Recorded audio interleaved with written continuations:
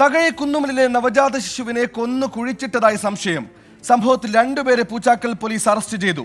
തകഴി സ്വദേശി തോമസ് ഔസേഫ്, സഹായി അശോക് എന്നിവരാണ് പിടിയിലായത്. രക്തസ്രാവത്തെ തുടർന്ന് യുവതി ആശുപത്രിയിൽ എത്തിയതോടെയാണ് സംഭവം പുറം ലോകം അറിഞ്ഞത്.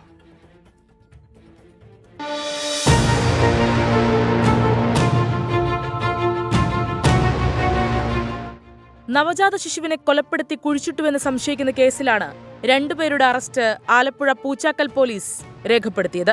ഇന്നലെ രാത്രി 10:30-നാണ് 1-ാം പ്രതി തോമസ് ഔസേഫ്, സഹായി അശോക് എന്നിവരെ പൂച്ചാക്കൽ പോലീസ് കസ്റ്റഡിയിലെടുത്തത്. പോലീസ് പൂച്ചാക്കൽ പോലീസും അമ്പലപ്പുഴയിലെ 2 പോലീസുകാരുമായിട്ട് പിടിയിലായിരിക്കുന്നത് ഇപ്പോൾ ഇവിടുത്തെ താമസക്കാരനായിട്ടുള്ളൊരു പയ്യനും പിന്നെ തകഴി വിരിപ്പാലയിലുള്ളൊരു പയ്യനും. രക്തസ്രാവമുണ്ടായതിനെ തുടർന്ന് പെൺകുട്ടി ആശുപത്രിയിലെത്തിയതോടെയാണ് വിവരം പുറത്തറിയുന്നത്.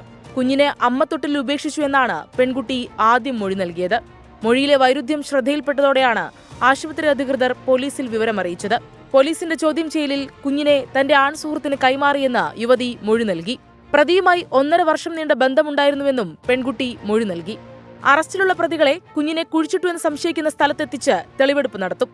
കുഞ്ഞിന്റെ മൃതദേഹം കിട്ടിയാൽ മാത്രമേ കേസിൽ കൂടുതൽ വ്യക്തതയുണ്ടാകൂ. കുഞ്ഞിനെ കൊലപ്പെടുത്തിയതാണോ പ്രസവത്തിൽ മരിച്ചതാണോ എന്ന കാര്യവും പോലീസ് അന്വേഷിക്കുന്നുണ്ട്. തെളിവെടുപ്പിന് ശേഷം പ്രതികളെ ഇന്ന് കോടതിയിൽ ഹാജരാക്കും. 24 ആലപ്പുഴ.